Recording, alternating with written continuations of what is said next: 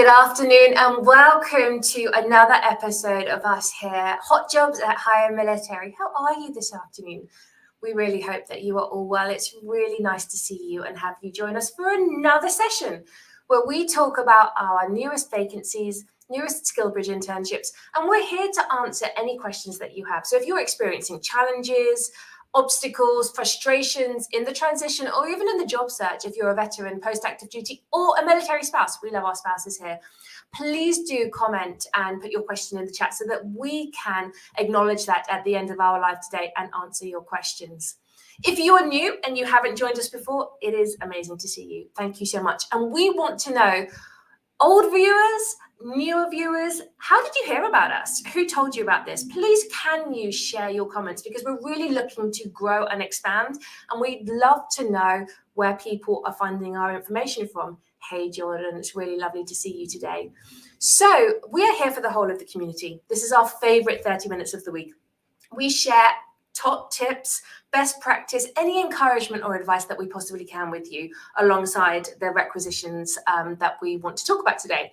But equally, let me draw your attention to our website, because when the recruiters here today do discuss the vacancies that we're bringing to the table, it really is a highlight reel of what we have right now. So I encourage you to take a look at our careers page.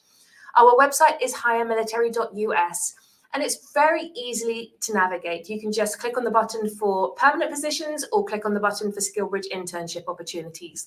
Again, if you don't see something that you like there or really works for you and your experience, and you want us to consider you moving forward, definitely add your detail into our pipeline. And what that means is we save, it's like a register of prospective and interested candidates who are actively searching right now, either for a SkillBridge internship opportunity or a permanent position, and then we can connect with you and contact you if we have anything that comes up based on your lists of interests. Hey Shelby, lovely to see you. Justin McQueen, nice to see you, sir. Calvin, Christopher, it's so great to have everybody here today. Darius, lovely to have you. Oh, Darius, you've always had issues with the job search, and let us help you. We have huge amounts of resources to share. On that website that I just mentioned, highermilitary.us, we do have a resource section at the very top. Click in and you will see all of the newsletters that Olivia in our marketing department has created for LinkedIn, but she's worked on them with our recruiting team, really to drive information out there and to share what we have learned and what really has helped people who have walked a mile in your shoes previously. So what we would also like you to be aware of is our hot links that we have shared today. So we have the Beginner's Guide to an Effective LinkedIn Profile. That's on our resource page. How to target your resume. Let me draw your attention to that, because as you are hearing about roles today, if one of them stands out and you're really interested, the first thing that you will do is submit your resume. And I would encourage you to just take a step back and really consider whether your current resume really sings your praises and really demonstrates how competitive your application is for that specific role. And if you've never heard of targeting or tailoring your resume before, or if you have, but you're like, buzzwords, don't know what that means, here's my resume, do take the time to read this piece that we have written, because it really does break it out for you step by step on how to create a resume that will really strengthen your application and really showcase why you and your experience would be ideal for this role. And I haven't said this in a while, so let me share with you now. You know, a resume should be looking forward to the future, not looking to the past. So it's not the rear view mirror, it's a windshield reflecting you. So a rear view mirror would be, for example, you giving us, everything that you have done previously, with no thought about what the role actually requires or entails. The windshield reflects your skills and experience and extrapolates what you have done based on the job description and the roles and responsibilities required and the experience required for that specific role. And those are two very different things. It's not the encyclopedia of you. It's really taking that job description and creating that version of you. And the article that I referenced really does help with that. So alongside how you heard about us, please do share whether you are looking for permanent roles or a SkillBridge internship opportunity. Location is always key. as well as the sort of function, the area, what sort of role. So finance, program management, you name it, put it in so that we know exactly what you are looking for. I've talked quite a lot now, so I will just take one further moment to introduce myself. If we haven't met before, I am Lucy. I'm the Senior Director here at Higher Military, and my husband is currently stationed at Eielson Air Force Base in the interior of Alaska. It's really nice to have you here with us. Amber, over to you. Thank you, Lucy. I see we have a lot of folks in the comments today. Very, very great to see that. So welcome, welcome. My name is Amber. I'm also on the recruiting team here with Higher Military. I'm an Air Force veteran and a military spouse now, and I'm in San Antonio. So very happy to be here. I look forward to sharing a couple of roles for our military community, whether it's transitioning service members with SkillBridge or once we get to our direct hire for the veterans and the military spouses. So I will pass it over to Matt Hart. All right, thank you. So I'm Matt, one of the recruiters here with Higher Military. I'm out in East Tennessee, Marine Corps veteran.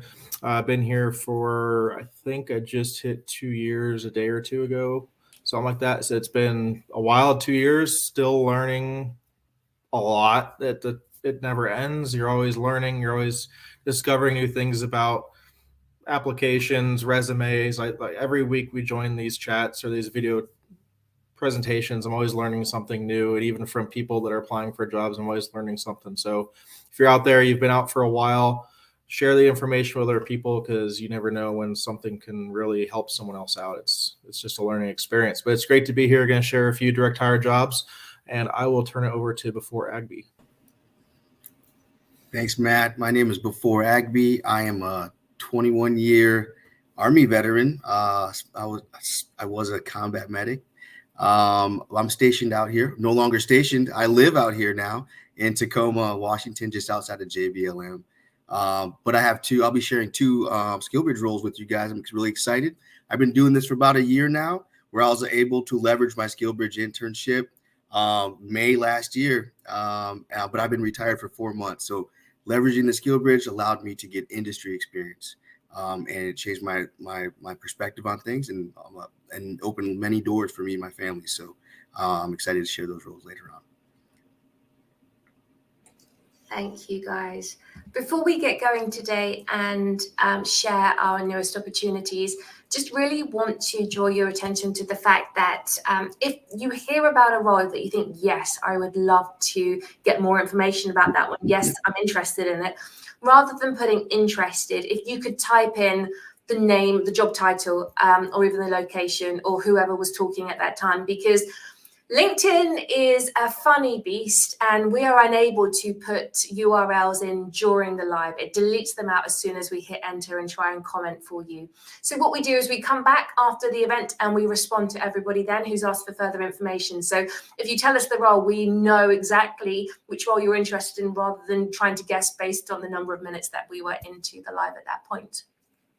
But without further ado, I'm going to hand back over to Before, who is going to, first of all, Beth, why don't you, or I was about to say who is going to, and then I'm about to ask you a question. Why don't you share with us the parameters around SkillBridge? Because often during these lives, we have people asking lots of questions about who it is applicable to and timescales and such. So do you want to give us just a brief overview? Absolutely. Thanks, Lucy. You're right. We do get a lot of questions about SkillBridge, and sometimes it's ever changing, and there's a lot of misinformation out there as well. But SkillBridge is ideally for, and specifically for active duty service members only, not spouses, not veterans, active duty service members. And they are allowed, under the DoD SkillBridge program, they're approved in the 180-day windows, 180-day window from your ETS or end of service contract. You backwards plan from there 180 days, and that's your window to conduct a SkillBridge internship. What we see, though, ideally is folks have terminal leave or delivering household goods cross-country or OCONUS. And so what we see, ideally, the window in that 180 days is about a 3 to 4 month window where you're actually doing continuous work with a host company. And where you can see if it's a good fit for yourself, and they also get a chance to see if it's a good fit for them. So active duty service members only, 180-day window based off your ETS date, your EAS date. I'm going to jump right into it because these two roles I'm really excited for. The first one, I just got off the phone with them yesterday with the hiring manager and actual CEO, kind of dual-hatted with a company in Tacoma, Washington. The company's called Lamb Contracting. They're looking for a program manager in the Tacoma region. What's really stands out about this is a hybrid remote role. As you start going through your internship, they're open based off your experience to open it up to fully remote. So it's very, very appealing, so to speak. All right, the responsibilities for this role specifically is overall project oversight and delivery in terms of scope, technical quality, cost, scheduling. The qualifications, they would like to have some direct experience independently managing projects. Ideally in the construction background, but they said they're willing to work with somebody that doesn't have a construction background per se, but can manage budgets, do it safely, and keep them on time. They'd like to have some experience as a lead project management, also working with federal agencies such as the GSA. The ideal candidate for this role would be somebody in the Army terms, Army MOSs would be in the 12 series. So your 12 tangos for your technical engineers, somebody with a surveying or construction background. Ideally also in the Marines, I think you guys have the 1300 series. Correct me if I'm wrong, Matt. The 1300 series is where you have the construction, the facilities background. And also anybody in the naval engineering rate group. That's kind of the background you're looking for this role specifically. So again, if you're interested in this role, you're in Tacoma, you're in Seattle, you're in Olympia area, connect, and this is a great opportunity for SkillBridge for Lamb Contracting. All right, the next role, last role I'll be sharing is another operations analyst project manager role, and this is fully remote. This is with a company that we have, Splunk. They're an IT infrastructure company. So they're looking for somebody to keep people on time and on budget. What sticks out about this one is this person will be it's a unique role, and you'll be interacting really closely with the executive, the C-suite staff and advisors in Splunk, and also with their partnering companies as well. So it's very unique. It's a one-off that they typically don't have a SkillBridge internship for, but they open it up based off our relationship and also the quality of candidates that we've been submitting over the year time. The qualifications with this role is a strong project management and organizational experience. It's highly preferred. They have to have exceptional people skills, interacting with leaders and clients, internal and external. You have to be comfortable in high visibility situations, high stress situations with executives. Technical experience with Splunk infrastructure is a plus, but they're willing to work with you as well. And you got to be self-motivating, a go-getter, career-driven, and that's going to help you thrive in this role. Again, you can go to our site, hiremilitary.us. You can actually click on the remote button. These two roles will roll up for you. But also, if you're looking for other internships opportunities, you can filter by state. You go through the state button, click a couple states, and whatever pops up as a filter will help you out immensely. But those are my two SkillBridge roles. If you're interested, go ahead and hit Program Manager Tacoma, Program Manager Splunk Remote, and I'll connect with you guys later on. Thank you. You've had a lot of interest in that Splunk position already. Oh, so yeah. Yes, I see Kate's in the chat, so we will share that information with you. So something else that I wanted to mention, if you're not familiar, Hire Military is in a position to sponsor any kind of SkillBridge internship that you identify for yourself. So if you find a company that would be open to hosting you as a SkillBridge intern, but they haven't signed up and registered with the DoD themselves just yet, that is quite a long, drawn-out process at times. If you and your timescales don't permit for them to be able to do that, you can come to us and we can share our information with you, and we can support that internship and host it on your behalf with that company. So it's definitely something to bear in mind and keep for future reference, and be able to share with people around you and people who are coming up after you who are interested in SkillBridge. But Beth, thank you so much for sharing those internships today. They are amazing. Who's next? Amber, what do you got? Sure thing. Let's see here. We have some roles today, y'all. I'm excited to share some. I'm going to start with the first one is a senior systems engineer. This position is out of Quantico, Virginia. It's with one of our partner companies that is a woman-owned and led organization. So very, very happy about that. But they're committed to delivering emerging technologies to their government customers. In this senior systems engineer position, you'll be supporting the execution of our clients' research and development programs. This role will really be the focal point between the technical project status and execution. What they're looking for, top secret clearance to start off with. That is a must-have. As well as a bachelor's degree. It's non-negotiable in this case, considering who their client is. But they do want 10 years of experience in systems engineering. They do have a preference for somebody that has a background in Marine Corps operations, such as the Marine Air Ground Task Force. So if that's something that you're interested in, please type it into the chats. Again, that's a senior systems engineer out of Quantico. This is an on-site position. The next one I have is a help desk support technician. This one is in the state of Texas. I know we always have folks that are looking for Texas opportunities. So this one's actually down in Missouri City, which is in Houston. So you'll be supporting computer systems and users to include our clients' satellite offices within the greater Houston area. You'll also be supporting field communications and field operations. So as the help desk support technician, you'll be responding to issues with problem recognition, be doing a little bit of research and resolution with that. Their requirements for this position are vocational training or 2 years of end user support. So we have this one listed as a Tech 2. They would be open to a Tech 1 position also. That's in Missouri City. I'm just going to briefly talk about one more. We have an executive administrative assistant role in the DC area. It's not quite posted, but you could be on the lookout for that one soon. A little bit of details just to give you a snippet here. Be working in the Navy shipyard in DC, really in a hybrid capacity.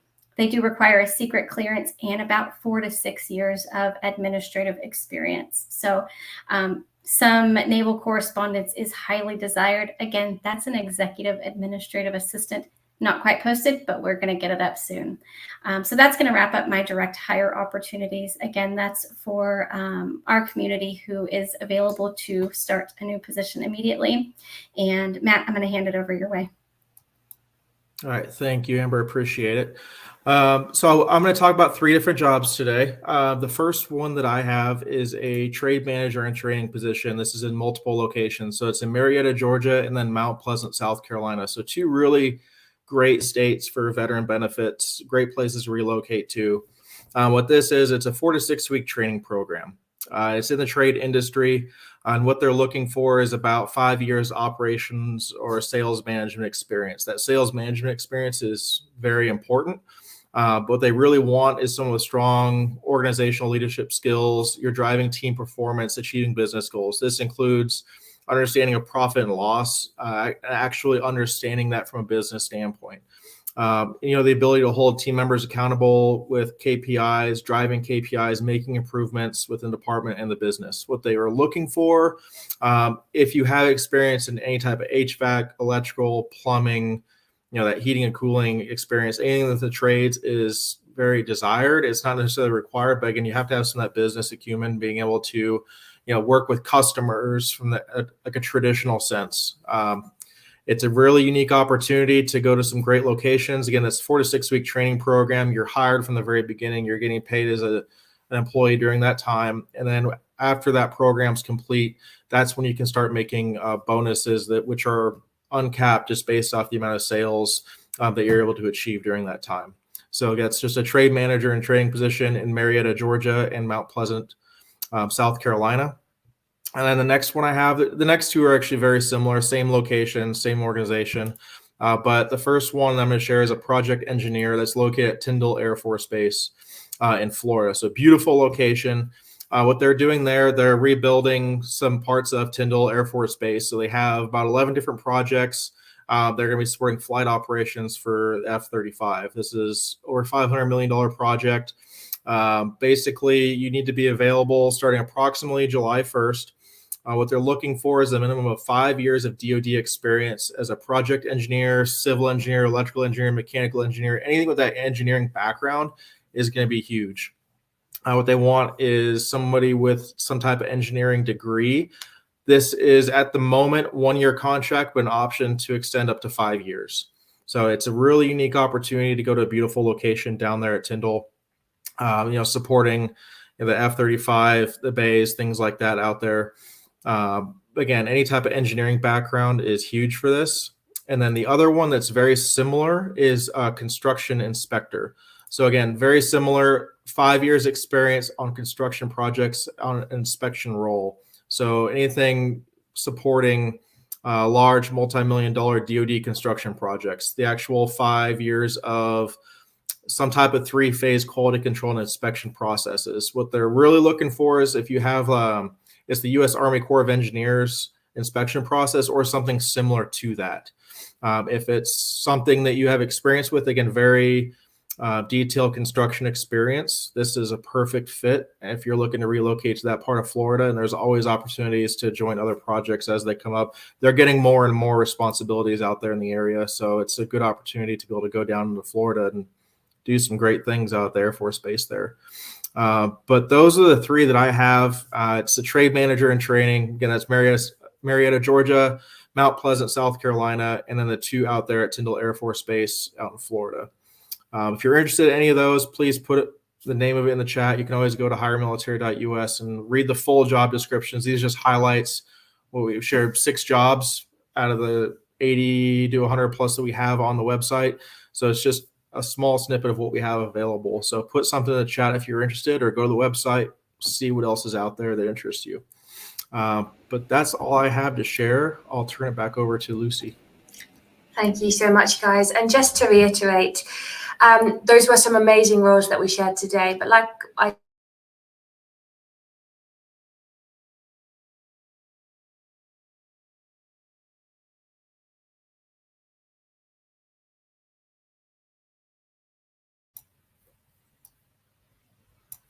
I think Lucy might have frozen real quick. So hey, I'll just carry on with what we're doing. So there's just a small snippet of what we have available. Again, if you're interested in anything that we shared, you can go onto the website. And one of the things that we want to be able to talk about is tailoring the resume, being able to make yourself marketable for these specific positions. So if you see something interests you, go read through the job description. We understand that you can use one resume to be able to, submit for an application. But as soon as you do that, you should start tailoring your resume to be able to make yourself marketable for that position. For example, this construction inspector one, the help desk technician, if you have that relevant background, look at what that employer is looking for and be able to, translate your experience, like Lisa said earlier, to the windshield. Like, what can you do for them based off your background, but how you can be the qualified candidate based off their needs and what they're looking for. But again, we have so many different roles available to you. We got a lot of different questions out there. I don't know where we want to start. I know one gentleman was saying, he wishes recruiters would call him back. I'd like that kind of ties into tailoring the resume. I see it quite often where we get somebody that applies for 15 different jobs on the website, and the experience isn't necessarily relevant based off what we're looking at, but you need to be able to see what you're applying for. I used to have a Google Drive that had different resumes for different types of jobs. And if I saw something I was interested in, I would tailor it to that background, just to be able to try to make myself marketable for that position. Lucy's back. Technical difficulties out in Alaska. The jet must have flown overhead and knocked out the internet. But we're talking about tailoring resumes. The gentleman was asked about recruiters not calling back. But it's just about making yourself marketable, just like Lucy said in the very beginning. What can you do to be the ideal candidate? How do you present yourself to meet their needs of what they're looking for? I'm sorry about that. I kept on talking. I didn't know if I was live or not, so I kept going, and then my computer completely crashed. I wanted to just thank you, Matt, for taking over. I wanted to just also say, to Dean, I saw that comment and it makes my heart drop, because it is really frustrating, and I completely understand. But I think that as direct and as upsetting as this message is, I think that you should work on the objective that if you're not a fit, they're not going to call you back. So like Matt just said, if you really do the work in terms of making your resume and your application as strong as possible, you're much more likely to have a chance of them getting in touch with you. I mean, recruiters, we do our level best to let everybody know that they're not in the running for a role. But sometimes people slip through the net. They really do. Sometimes we think we've sent an email and we haven't. There is a lot of human error involved when you're working with a large amount of requisitions and a lot of people. But definitely do take a look at our resources to really work on that resume that you are submitting. And what I will say is, and often the objection we get is, that's all well and good, but I'm making multiple applications a week and that's just too much. I would say take a step back from that and make fewer applications and make them as best as you possibly can, and apply to roles that you genuinely have the experience and the skill set for. Because often that's what we see as well. People say, oh, I haven't had a call back, but then, and I'm not saying this is you, but they haven't applied for roles that they really do qualify for. So, it's just getting as much help as you possibly can. Connect with organizations. And I'm sorry if I missed this, like Hire Heroes USA or Vet Jobs, who can really help you through that process, or get a mentor. So sorry if I just reiterated information, but can I also add one thing, because this is definitely a problem that I had on my side of the desk last week. Last week was people not responding once we do extend that invite to interview, and so we get your application, we see it, we love your resume, we love your experience, and we can't get a hold of you. The emails go unresponded, the voicemail box is full, all of these things. So it kind of goes both ways. It's really frustrating though, for a job seeker perspective, for sure. But make sure and check your junk folder, check your spam folder, check all of the folders that you have, and make sure that your email address and phone number are correct on the resume and application that you're using. Okay. Did we answer America's question? No. Okay. So America asked, for her, it's really difficult to find an effective way to increase her network or meet someone in the entertainment industry. Any advice? I know what my answer would be. Amber, what would yours be? Mine would be, I would like immediately follow, like, what company specifically? Is there like a company within that industry? Because my go-to is always like, hey, follow the company first and slowly start to engage with their content. Follow their employees that are also posting similar content, so that when positions come open, they recognize your name. You're not just an applicant. They will immediately be like, oh yeah, this person engaged with my content for a month now, or whatever the case is. But start by growing that network. First easy step is follow the companies that you're interested in. I feel like that's really just the tip of the iceberg. Who else wants to add on to that? Yes. An example of that is I love firearm companies. So I started following Benelli shotguns. I started following Winchester just because of my interest. I'm a hunter. So I started following those, and then I started finding people in there. I started following it in content. And then as I was sharing my life, as I was sitting at a deer stand or whatever, I was taking a picture and posting it and telling about my life. So I was no longer a resume coming through as I was coming through as a person. And then they would do their research on me as we presented themselves. But again, tip of the iceberg, follow the company, show some interest, and follow some of the people in there and make connections, and true, honest connections, not just transactional connections. So you build that, and again, it can lead to many opportunities. So.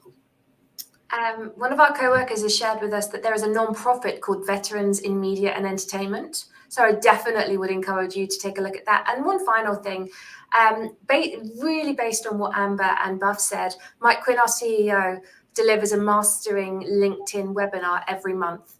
And there you go, May the 18th at 7 p.m. Eastern time. And he will teach you, it's all well and good us telling you to do that, but he will teach you how to do that. So I would actively encourage you to take a look at that and sign up for that piece. One final question, and then we will be heading out of here. Dean asked, how do you get a TS clearance once you have a secret if no company will sponsor you? Who knows the answer? I mean, does anybody know the answer here? I think there's no hard and fast rule. It's incredibly difficult, and we appreciate that.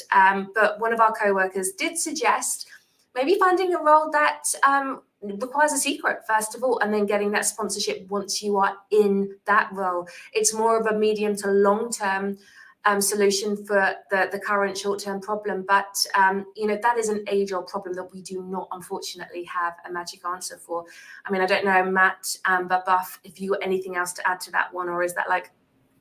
No, that's sound advice. It's truly in location. What we've seen is regionally, and if you're going in the federal side, or if you're going in the contracting side, it's more lucrative in that aspect.